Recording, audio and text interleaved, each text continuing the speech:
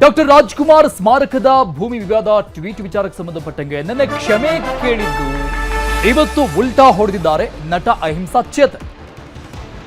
ನನ್ನಯ್ಯ ಅವರ ಟ್ವೀಟ್ ಏನಿತ್ತು ಅದಕ್ಕೇನೆ ಸಮರ್ಥನೆ ಮಾಡಿಕೊಂಡಿದ್ದಾರೆ. ಮತ್ತೆ ನನ್ನ ಕ್ಷಮೆ ಕೇಳಿದ್ರು ವಿವಾದ ಸೃಷ್ಟಿ ಆಗ್ತಾ ಇದ್ದಂಗೆ ತಮ್ಮ ಹೇಳಿಕೆಯನ್ನ ಈಗ ಮತ್ತೆ ಸಮರ್ಥನೆ ಮಾಡಿಕೊಂಡಿದ್ದಾರೆ ನಟ ಅಹಿಂಸಾ ಚೇತನ್.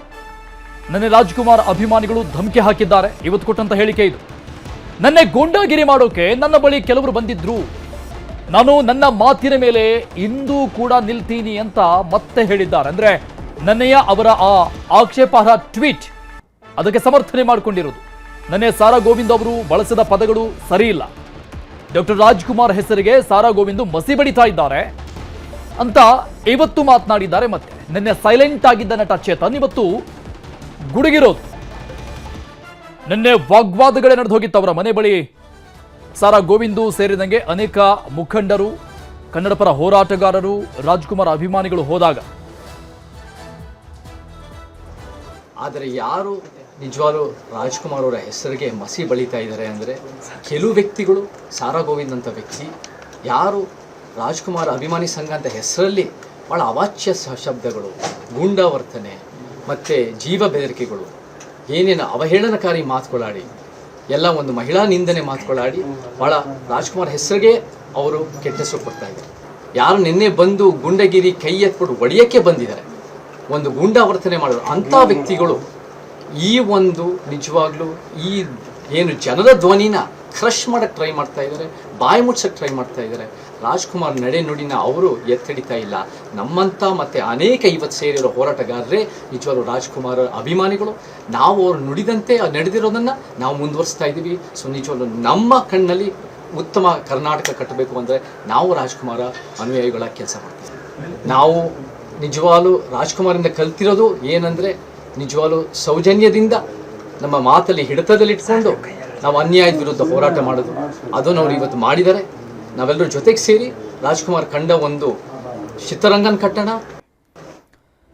ವಚನಾನಂದ ಸ್ವಾಮೀಜಿ ಮೇಲೆ ಆರೋಪ ವಿಚಾರಕ್ಕೆ ಸಂಬಂಧಪಟ್ಟಂಗೆ ಮಠದ ಹಣ ದುರ್ಬಳಕೆ ಆರೋಪಕ್ಕೆ ನಾಳೆ ತಿರುಗೇಟು. ನಾಳೆ ಹರಿಹರ ಪಂಚಮಸಾಲಿ ಪೀಠದಲ್ಲಿ ಸಭೆ ನಿಗದಿಯಾಗಿದೆ. ಮಠದ ಹಣ ದುರ್ಬಳಕೆ ಆರೋಪಕ್ಕೆ ನಾಳೆ ತಿರುಗೇಟನ್ನು ಕೊಡೋಕೆ ಸಿದ್ಧತೆಗಳಾಗ್ತಾ ಇದೆ. ನಾಳೆ ಹರಿಹರ ಪಂಚಮಸಾಲಿ ಪೀಠದಲ್ಲಿ ಸಭೆ ನಿಗದಿ ಆಗಿರೋದು. ಖರ್ಚು ವೆಚ್ಚದ ಲೆಕ್ಕ ಕೊಡಲಿದ್ದಾರೆ ಟ್ರಸ್ಟಿಗಳು. ಭಕ್ತರು ಈ ಬಗ್ಗೆ ಲೆಕ್ಕ ಬೇಕು ಅಂತ ಕೇಳ್ತಾ ಇದ್ದಾರೆ. ಲೆಕ್ಕ ಕೊಡಿ ಚಳುವಳಿಯನ್ನ ಮಾಡಿದ್ರು, ಸಮಾವೇಶವನ್ನ ಮಾಡಿದ್ರು. 20 ಕೋಟಿ ಖರ್ಚಾಗಿರೋದು ಇಲ್ಲಿವರೆಗೂ. ಆ ವೆಚ್ಚದ ಲೆಕ್ಕದ ಬಗ್ಗೆ ಕೇಳ್ತಾ ಇರೋದು. ಹಾಗಾಗಿ ನಾಳೆಯ ಸಭೆ ಬಹಳಷ್ಟು ಕುತೂಹಲಕ್ಕೆ ಕಾರಣ ಆಗ್ತಾ ಇದೆ. ನಾಳಿನ ಈ ಸಭೆ ಬಗ್ಗೆ ಮಾಜಿ ಶಾಸಕ ಎಚ್.ಎಸ್. ಶಿವಶಂಕರ್ ಮಾತನಾಡಿದ್ದಾರೆ. ಅನ್ಯ ಸಮಾಜದವರ ಕರೆತಂದು ಗಲಾಟೆ ಮಾಡುವ ಹುನ್ನಾರ ಇದೆ.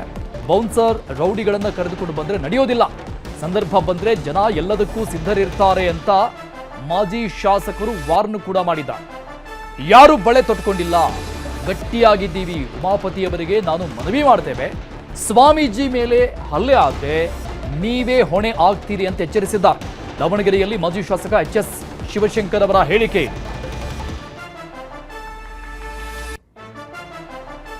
ಈ ಬಗ್ಗೆ ಡೀಟೇಲ್ಸ್ ಕೊಡ್ತಾರೆ ನಮ್ಮ ಪ್ರತಿನಿಧಿ ಸಂಜಯ್ ಸಂಪರ್ಕದಲ್ಲಿದ್ದಾರೆ. ಸಂಜಯ್, ವಚನಾನಂದ ಶ್ರೀಗಳ ಮೇಲೆ ಇರುವಂತಹ ಆರೋಪಕ್ಕೆ ಸಂಬಂಧಪಟ್ಟಂಗೆ ಅವರನ್ನ ಈಗ ಮಠದಿಂದ ಪದಚ್ಯುತಿಗೊಳಿಸಿರುವಂತದ್ದು ಒಂದು ಕಡೆ ಆದ್ರೆ, ಲೆಕ್ಕ ಕೊಡಿ ಅಂತ ಕೇಳ್ತಾ ಇರುವಂತದ್ದು ಭಕ್ತರು. ಇದಕ್ಕೊಂದು ಡಿಮ್ಯಾಂಡ್ ಕೂಡ ಇಟ್ಟಿದ್ದಾರೆ. ನೀವು ಕೇವಲ ಲೆಕ್ಕ ಕೊಟ್ರೆ ಆಗೋದಿಲ್ಲ, ಸಮಾಜದಲ್ಲಿ ಎಲ್ಲರನ್ನ ಕರೆಸಿ ಬೃಹತ್ ಸಮಾವೇಶ ಮಾಡಿ ಅಲ್ಲಿ ಬಹಿರಂಗ ಪಡಿಸಬೇಕು, ಕೊಟ್ಟಿರುವಂತಹ ಕೊಡುಗೆಗಳನ್ನು ಕೂಡ ಅಲ್ಲಿ ನೀವು ಪ್ರದರ್ಶನ ಮಾಡಬೇಕು ಸಾರ್ವಜನಿಕವಾಗಿ ಅಂತ. ಇದಕ್ಕೆಲ್ಲ ರೆಡಿ ಇದ್ದಾರಾ ಟ್ರಸ್ಟಿಗಳು?